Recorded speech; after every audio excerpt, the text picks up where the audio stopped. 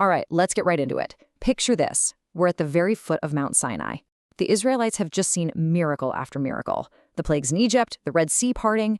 They literally heard God's voice boom from this very mountain as he gave the Ten Commandments. You'd think their faith would be unshakable, right? Well, this incredible spiritual high is about to crash in the most dramatic way possible. And that's the whole mind-bending question we have to grapple with today. How on earth does a nation, fresh off of being supernaturally rescued, turn around and do this? This isn't just a small mistake. This is a full-blown rebellion, a betrayal that strikes right at the heart of their brand new covenant with God. So here's the setup. Moses, their leader, the guy who talks to God for them, is up on that mountain, hidden in a cloud. And he's been up there for a long time, 40 days and 40 nights. Down in the camp, waiting turns to worry, and worry turns to outright panic. They start to feel abandoned, like God has forgotten them and their leader is gone for good. And that's the sentiment right there. You can just feel the fear and impatience boiling over. They storm over to Aaron, Moses' brother, and they demand a new God. Not an invisible one, but something they can actually see, something tangible to lead them. Their faith in the unseen God and their patience with his prophet has completely evaporated. This is where the story takes its dark turn. Aaron, who should have been the voice of reason, who should have reminded them of God's power, he just caves. It's a total failure of leadership, and his moment of weakness is about to drag the entire nation into a terrible, terrible sin. And you won't believe how quickly this happens. The people are so eager, they rip off their own golden earrings, the very wealth God helped them get from the Egyptians. Aaron gathers it all up, melts it down, and carves it into a golden calf, probably looking a lot like the idols they just left behind in Egypt. Then, to make matters even crazier, he builds an altar and says, "Tomorrow is a feast to the Lord." It's this bizarre, awful mix of pagan idolatry and supposed worship of the true God. Can you even imagine? This is what the people shout. They look at this lump of lifeless metal, something they just made themselves, and they give it the credit for their miraculous escape from Egypt. It's a direct violation, a complete rejection of the first two commandments they had heard with their own ears just a few weeks earlier. Now, while all this chaos is unfolding down in the valley, a totally different conversation is happening up on the mountain. God tells Moses exactly what's going on. He sees his people, the ones he chose and rescued, committing spiritual adultery, and his righteous anger flares up. And this moment is absolutely critical. God basically says, "That's it. I'm done. I'm going to wipe them out and start a new nation with you, Moses." But Moses, wow, he steps into that gap. He doesn't make excuses for the people, not at all.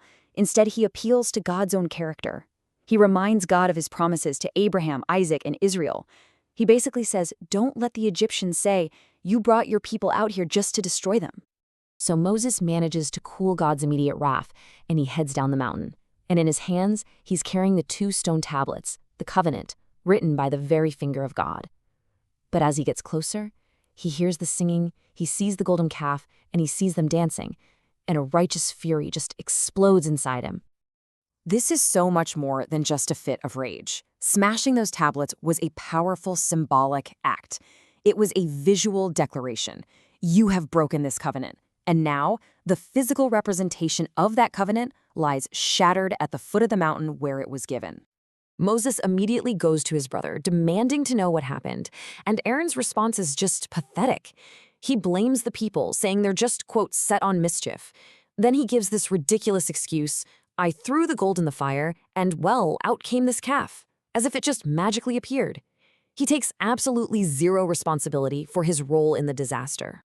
Okay, the party's over. It's time for a reckoning. This sin has to be dealt with, and people need to choose a side. So Moses stands at the entrance to the camp and draws a line in the sand. What a powerful question.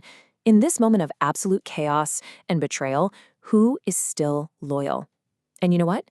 Only one group steps forward without any hesitation: the sons of Levi, Moses and Aaron's own tribe. They rally to Moses, choosing to stand with God, even if it meant standing against their own brothers.